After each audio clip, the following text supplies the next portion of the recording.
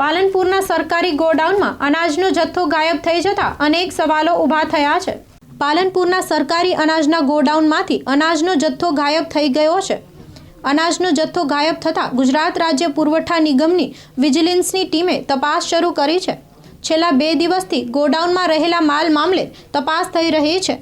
ગોડાઉનમાં રહેલા માલ અને કુલ સ્ટોક મામલે તપાસ થઈ રહી છે. સ્થાનિક પુરવઠા વિભાગની ટીમ પણ તપાસમાં જોડાઈ છે. ગરીબોના અનાજ કૌભાંડ મામલે તપાસ થઈ રહી છે. સ્ટોરી બાય દિલીપસિંહ રાજપૂત, માં આશાપુરા ન્યૂઝ ચેનલ, બનાસકાંઠા.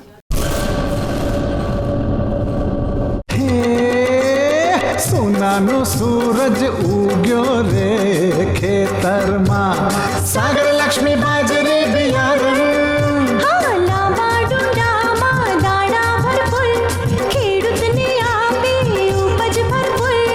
સાગર લક્ષ્મી બાજરી બિયારણ. સાગર લક્ષ્મી એગ્રીસીડ્સ નું ઉત્પાદન સાગર 222 પ્લસ હાઇબ્રિડ બાજરી બિયારણ. સાગર લક્ષ્મી વાવો, લક્ષ્મીનો સાગર ઘરમાં લાવો. સાગર લક્ષ્મી બાજરી